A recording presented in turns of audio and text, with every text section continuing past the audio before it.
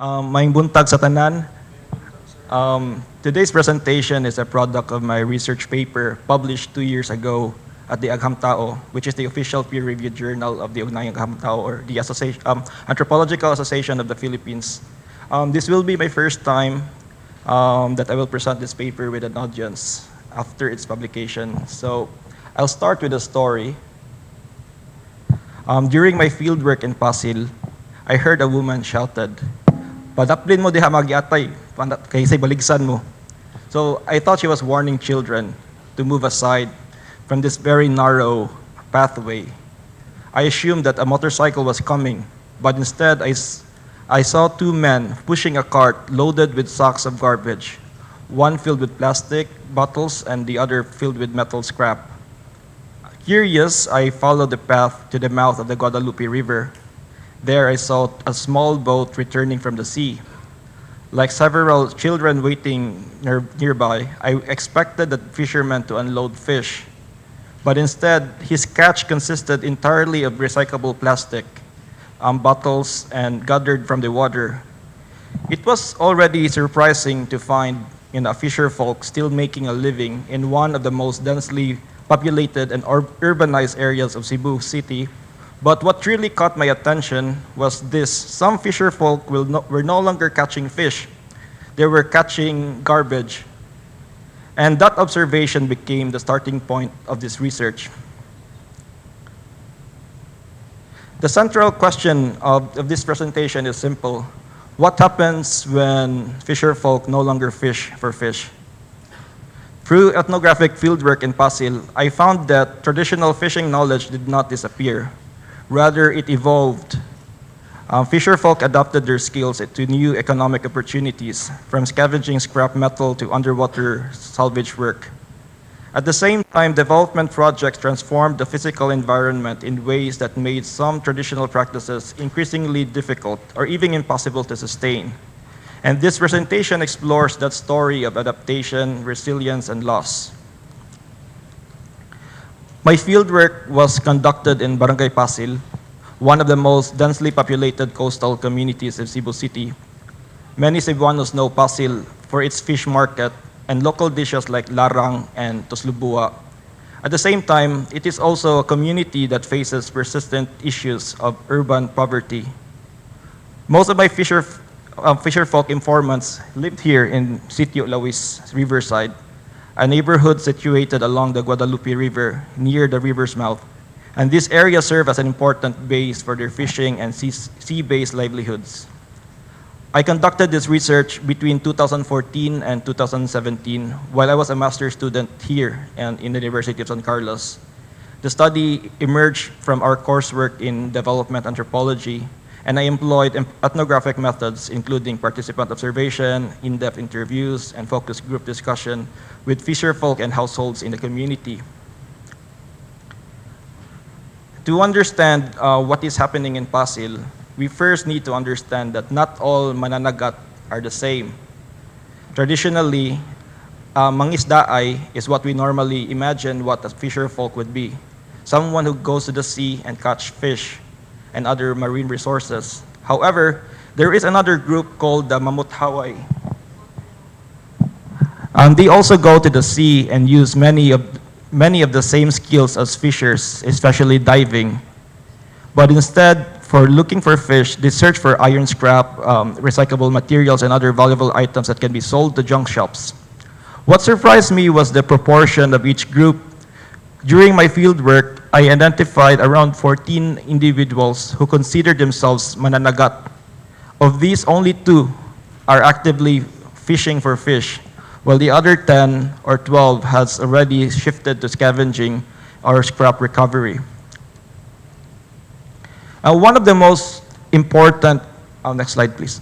One of the most important findings of this study is that migration to the city did not erase the environmental knowledge that these fisher folks inherited from their island communities. Even while living in a highly urbanized environment, the fisher folk of Pasil continue to possess a deep understanding of the sea.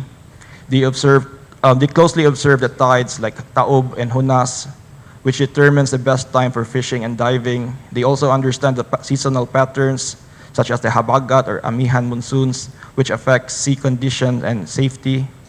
They are equally attentive to lunar cycles. According to my informants, the water is generally clearer during daktul or full moon and murkier during duum or the new moon, influencing their diving activities.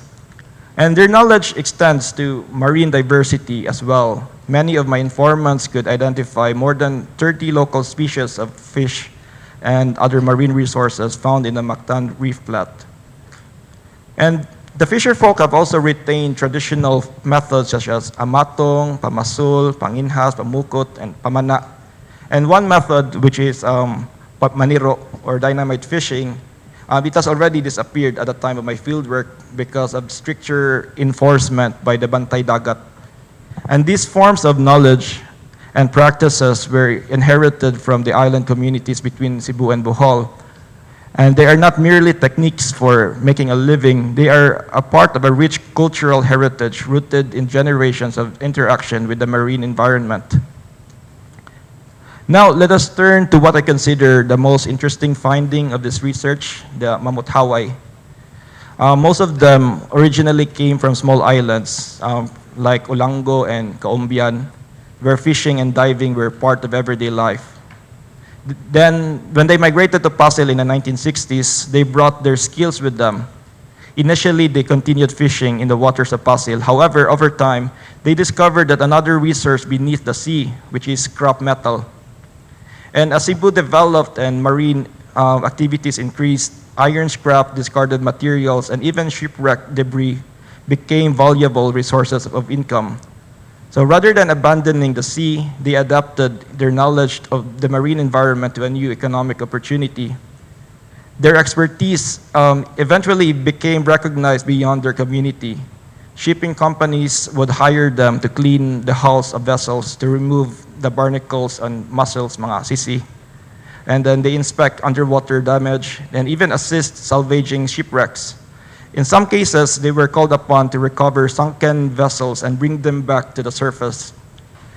And one of my key informants proudly recounted a shipwreck recovery project with a budget of 200,000 pesos.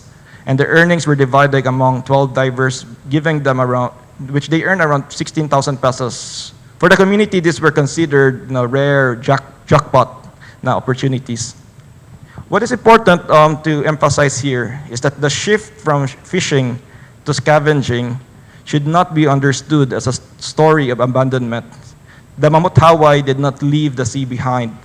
Rather, they creatively adapted their traditional diving skills to the changing realities of an urban and industrial environment.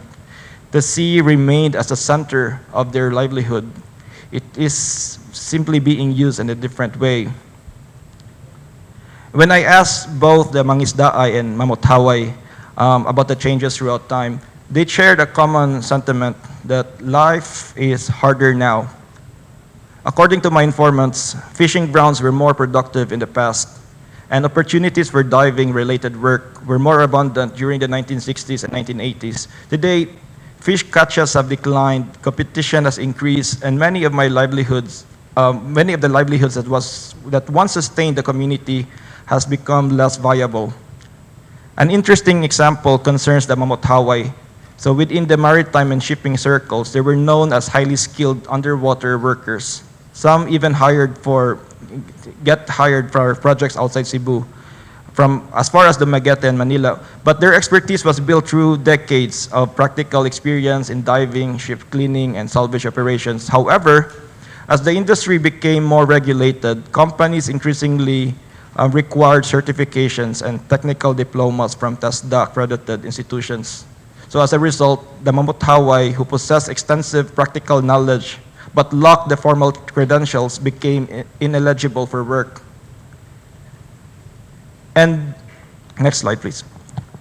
Despite the remarkable ability to adapt, the greatest threat facing the mananagat of Pasil is not the sea, it is displacement. And during my fieldwork, two major projects were creating uncertainty for the community. The first is the rehabilitation of the Guadalupe River. Because many of the residents lived along the riverbanks, they feared that the demolition could happen at any time. And whenever the City Hall personnel came to conduct the survey, and measured the distance from the houses from the river, the residents became anxious. And many felt that informal settlers were being blamed as a primary cause for river pollution, even if they have lived there for decades. In fact, 2 weeks after the survey, there's a fire that occurred in my fieldwork area, which is, Florida's pattern. The second project, it was the Cebu CordovaLink Expressway of CCLEX. Based on the available design at that time, the design now is different. The original design, the large portion of Pasil and possibly the neighboring Ermita could be affected by demolition and relocation. For the mananagat, the concern was not only the loss of their homes, but also the loss of their livelihood.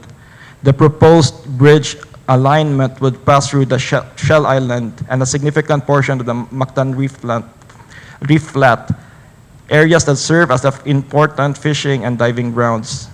What is striking here is that development threatened both their physical space and cultural relationship with the sea. The issue was not simply where they would live, but whether they could continue their way of life that sustained them for decades. Next slide. So the story of the mananagat in Pasil is ultimately a story of adaptation. Throughout this presentation, we have seen how fisher folks creatively adjusted to life in an urban environment. They retained their knowledge of the sea, adapted their diving skills to new economic opportunities, and continuously found ways to survive amid the environmental and social change. At the same time, their experiences reminds us that development is not experienced equally by everyone. Their struggle is also a struggle for environmental justice.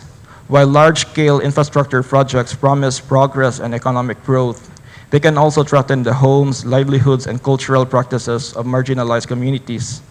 This research also encourages us to recognize the mananagat as bearers of cultural heritage. Their knowledge of tides, reefs, fishing grounds, diving, and sakayan building represents generations of interactions with the marine environment. Yet many of these traditions are now disappearing. What makes this loss particularly real for me is that some of my key informants are no longer with us. One of them, Hawaii, died for a few years ago during my fieldwork while diving underwater near the Cebu port area. Another was this guy, Andres Nanoy, the last sakayan builder of Pasil. With his passing, the community lost not only a person, but also a lifetime of knowledge and craftsmanship. And their stories reminds us that when traditional livelihoods disappear, we are not only losing jobs, we are also losing knowledge, memory, and a unique way of understanding the sea. As I conclude, I hope you'll remember 4 key takeaways of the study. One is that Pasil fisher folks continually adapt to the changing environments. Number 2, traditional ecological knowledge remains important. Next is development projects reshape both landscapes and livelihoods, and environmental planning must treat both locals as partners, not obstacles. Ultimately, sustainable development should not only protect ecosystems, it should also protect the people whose lives, livelihoods, and knowledge are intertwined with them. Before I end, I would like to dedicate this presentation to Kuya Butsukoy and Manoy Andres, whose stories have made this research possible. May their soul rest in peace. Thank you for listening for my presentation. Maraming salamat.